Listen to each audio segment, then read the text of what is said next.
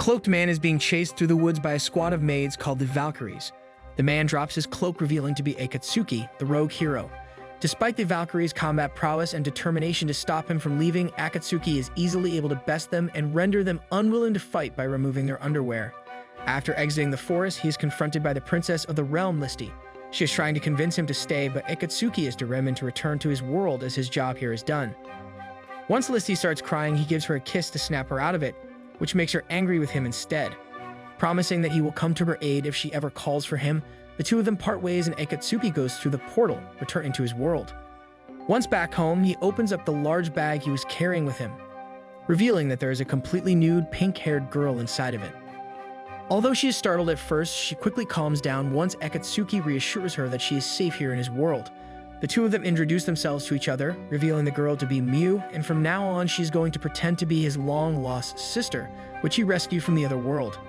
And if anyone is to pry about her past, she is to tell them she does not remember as a side effect of traveling between worlds. While Miu goes through a health checkup, Akatsuki is watching the television, where it is revealed that something called the summoning syndrome has begun occurring about 30 years ago, causing thousands of young men and women to disappear as they are summoned into other worlds.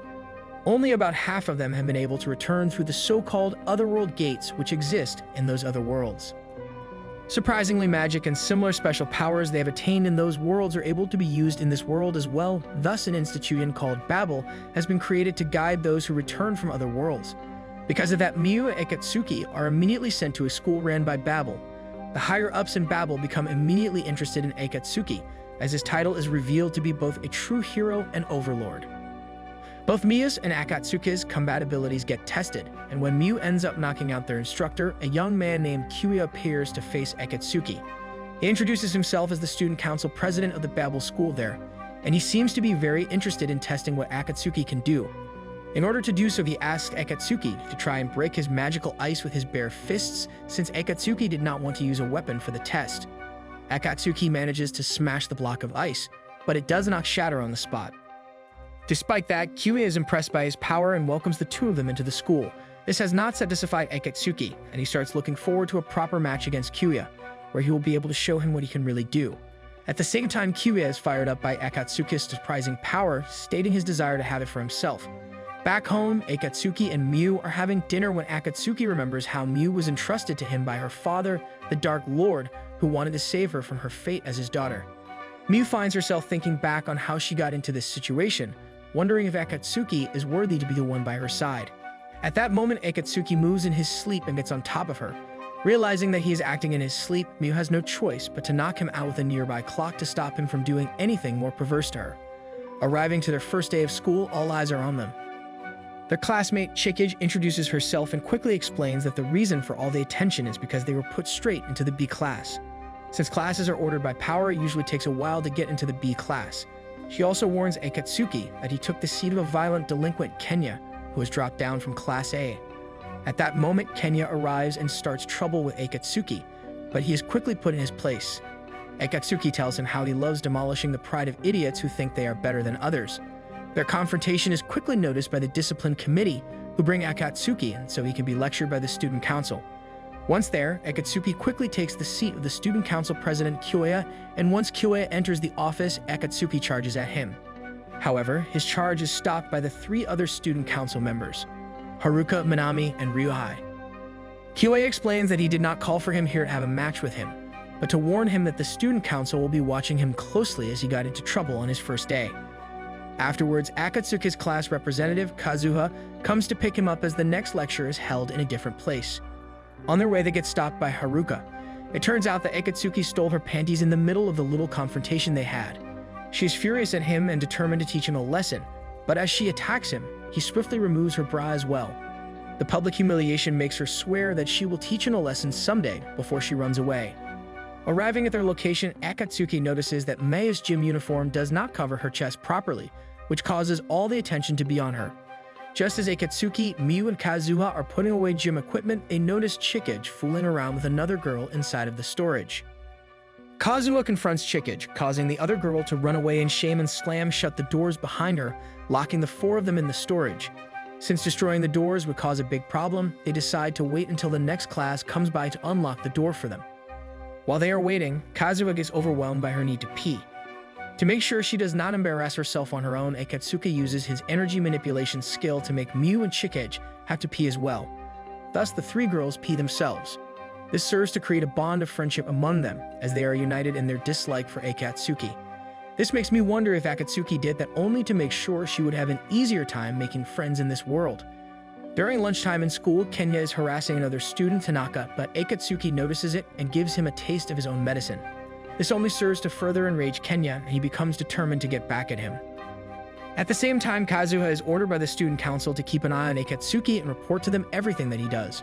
This makes her feel conflicted, and she distances herself from Miu and Chikage. Akatsuki notices that and has a word with her in private, promising to help her out with those reports she has to do. Being a few years younger than the others, Kazuka has a hard time forcing herself to act as an adult, realizing that Akatsuki brings her to a manga cafe where they get a couple's room. Even though she is against it, he immobilizes her and brings her inside. Miu and Chikage follow after them in secret, trying to see what they are up to. Inside of the isolated room, Akatsuki surprises Kazuha by giving her a hug and reassuring her that everything will be okay if she stops forcing her act and becomes more true to herself. This makes her happy and she finally relaxes. At the same time, Chikage is attempting to make a move on Miu, but she gets restrained by her instead. The student council is only talking about Akatsuki, mainly because of Haruka, who cannot stop thinking about him.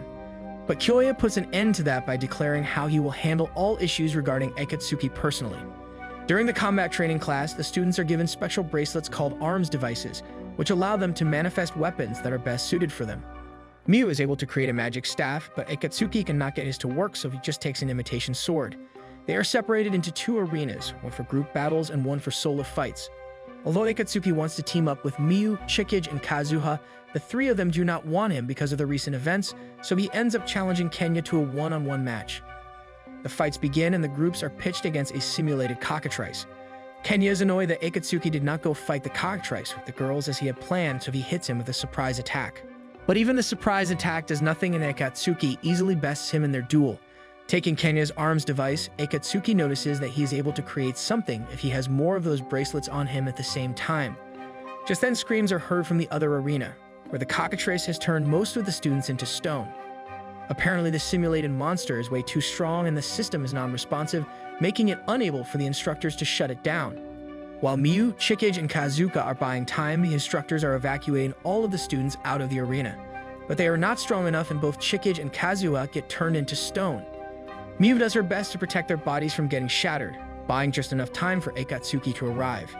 He reveals that he has gathered a bunch of arms devices, and when activating all of them, he's able to create a massive black sword. Now armed with that sword, he steps in to take on the cockatrice on his own. Even though the cockatrice is insanely strong, Akatsuki manages to beat it, causing the petrification effect to disappear from everyone affected. Meanwhile, the student council has finished their investigation into the matter, uncovering who is the culprit. However, Akatsuki has beaten them to it. It turns out that White Kenya is responsible for the overpowered cockatrice. It is Tanaka who was pulling his strings all along. Pretending to be weaker, he was biding his time to strike at Babel. The two of them clash, and soon enough Tanaki realizes he cannot win, so he sets his magic up to blow up the entire facility, revealing to be against Babel's philosophy. His plan fails when Kyoya makes his appearance, trapping Tanaka in a block of magical ice before he can unleash his spell. With the situation under control, Akatsuki hurries to check up on Miu. Her exhaustion catches up to her in that moment and she faints in his arms. While asleep, she dreams of her father once more, revealing that it was Akatsuki who killed him. Once she wakes up, Akatsuki brings up the same topic, telling her that despite of everything, he is the one who murdered her father, so he will be here for her whenever she needs to vent those emotions of sadness and hate.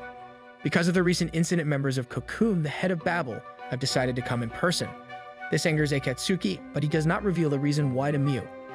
It is on the school rooftop that Akatsuki runs into a blonde-haired boy from a class, Motoharu, who immediately recognizes him and puts him to the test. With Akatsuki sending Motoharu onto his behind, the blonde boy quickly apologizes and invites Akatsuki to come with him to a certain place next week, clearly impressed by his abilities. The next day, Akatsuki brings Miu to her first trip into a shopping mall. She is taken aback from the amount of stores inside of it, as she had nothing like that in her world. Chikage and Kazuha are with them as they have decided to help Miu pick out new underwear, and they get quite surprised when Miu is okay with having Akatsuki help her as well. Akatsuki ends up bringing help to the next level by sneaking into Mia's changing room and even lecturing the store clerk on proper measurements for her. Even Haruka is there and gets into an argument with Akatsuki because of his behavior. Just as Akatsuki is about to strip the other girls so that Miu would not be the only one embarrassed, Miu knocks some sense into him, preventing any further escalation. Despite that, Miu, Chikage, and Kuzuha invite him to be a part of their team for the upcoming ranked matches, which he gladly accepts. Motoharu stays true to his word and picks up Akatsuki after school, bringing him to his father's workshop. It is there that Akatsuki is shown a spirit-driven motorbike, Sleipnir. Its speed goes above the sound barrier, but it has a will of its own, rejecting riders it does not consider worthy. Motoharu is convinced that Akatsuki can tame Sleipnir, and once Akatsuki hears that Sleipnir's previous rider was none other but his father, he becomes determined to tame it. Haruka notices loud sonic booms as Akatsuki starts breaking the sound barrier while riding Sleipnir, so she comes to put an end to it. But while doing so, she gets in contact with Sleipnir, who zaps her with its power, obliterating her clothes. At that moment, a situation comes up and she has to leave, so Akatsuki gives her his jacket to cover up. This catches her by surprise, and she promises to return it in good shape before flying off. The situation she responds to is a group of terrorists who have taken hostages in a hotel. Since they are terrorists working against Babel, Babel is given full authority to handle the situation. Haruka meets up with Minami and Ryuhei, and the three of them begin their attack on the terrorists. Thanks to their powerful magic and teamwork, they are able to quickly secure all of the hostages, while taking out the terrorists holding them captive. Unfortunately, a terrorist has hidden himself among the hostages, and he takes a little girl captive. Taking the girl to the rooftop at gunpoint, he demands a helicopter ride to be granted to them so they can escape. Haruka agrees to the demands and prepares to try and secure the girl once the helicopter lands, but Akatsuki beats her to it by suddenly appearing behind the terrorist and knocking him out, saving the little girl. Thanks to him, the situation is diffused, but Haruka still criticizes him for placing the girl in danger. Not listening to her, Akatsuki walks away, while Motoharu manages to locate the final hidden terrorist and take him out before he can blow the explosives strapped to his body. Meanwhile, in the world, Muse from a council is held between the Holy Emperor Volk, Queen Listi, and Lord Baran. Baran reveals that the Dark Emperor's daughter is missing and should be hunted down before the remains of the Dark Clan reunite under her banner. Despite Listi's protests, they decide to go along with the plan, so Baran also reveals that she is no longer in their world, and that it is none other than Akatsuki who has enabled her to flee to another world.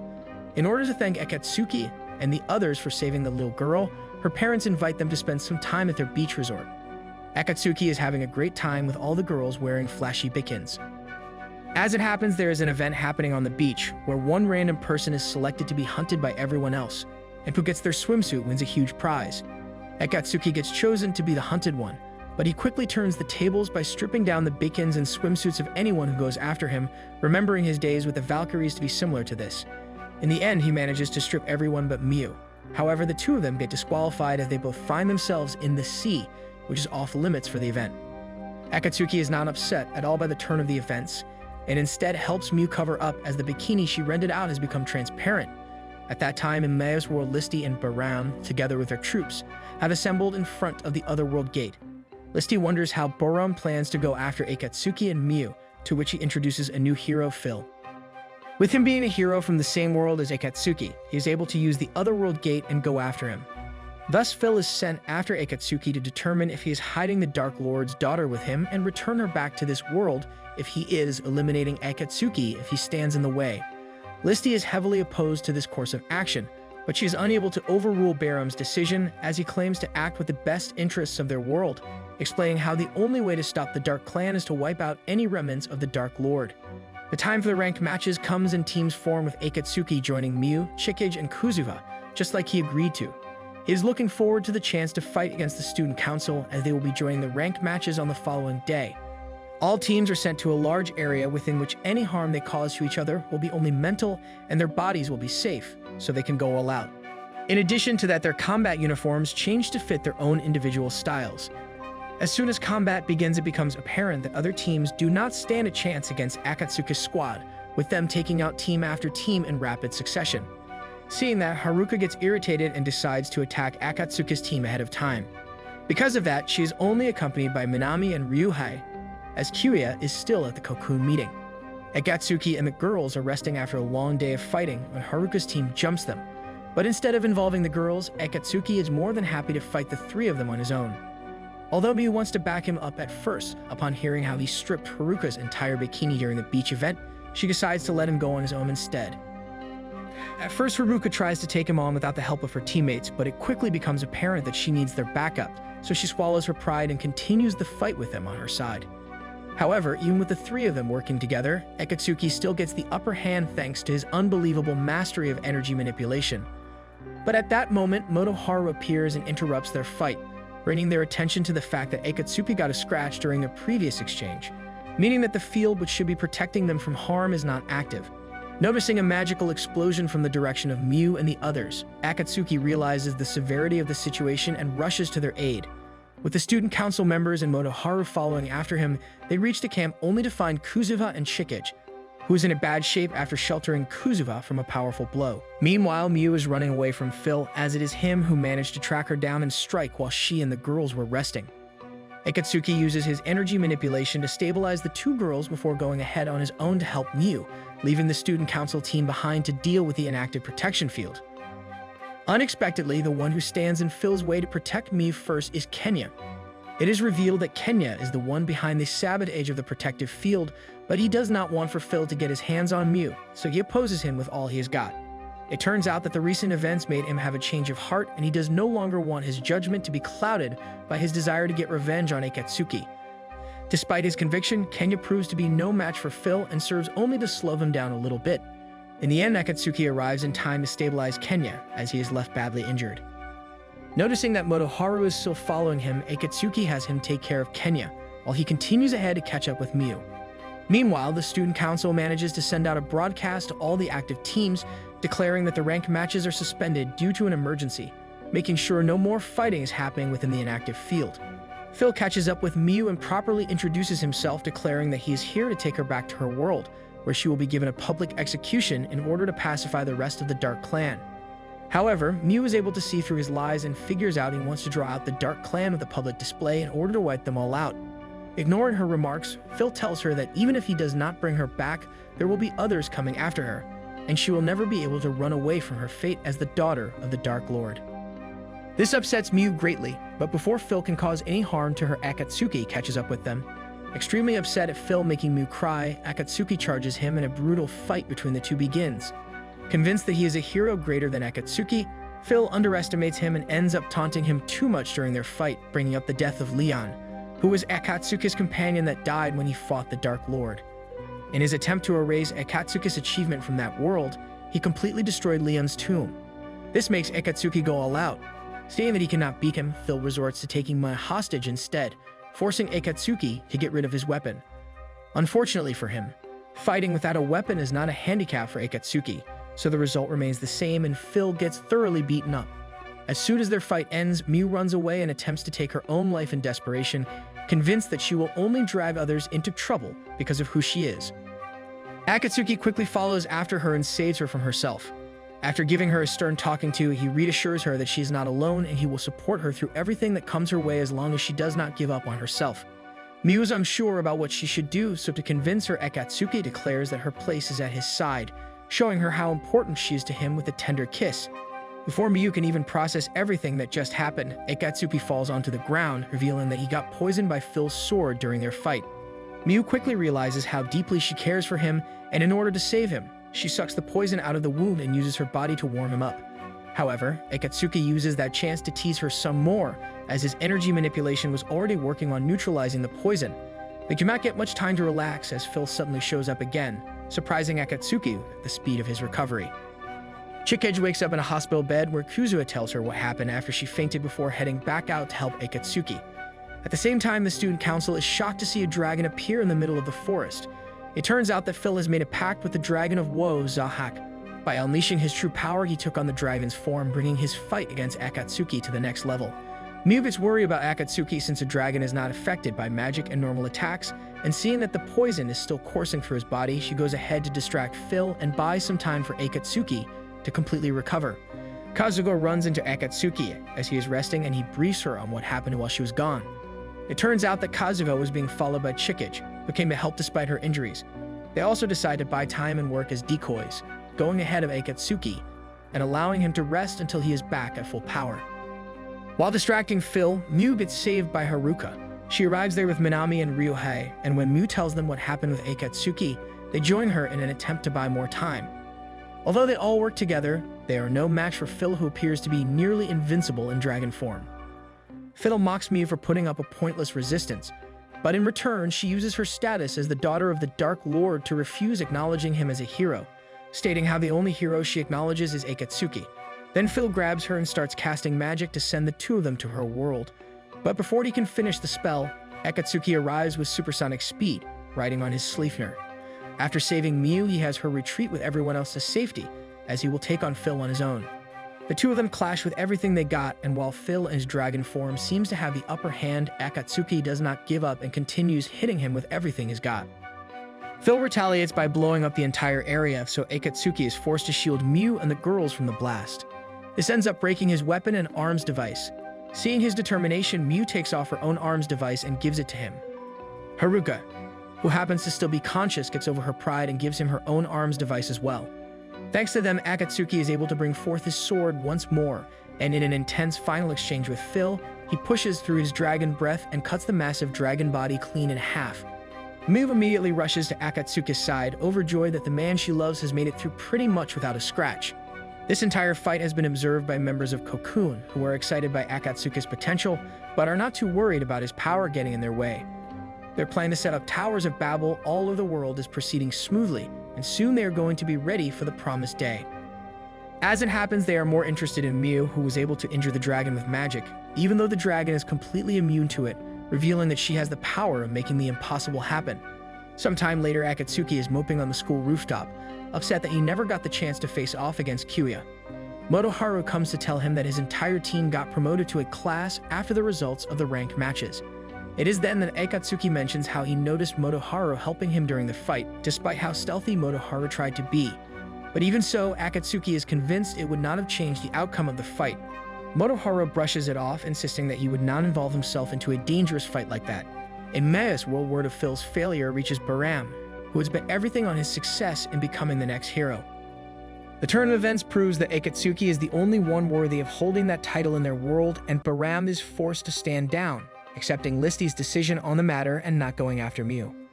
But another report comes in, stating how the Dark Clan has begun invading their territory along the border.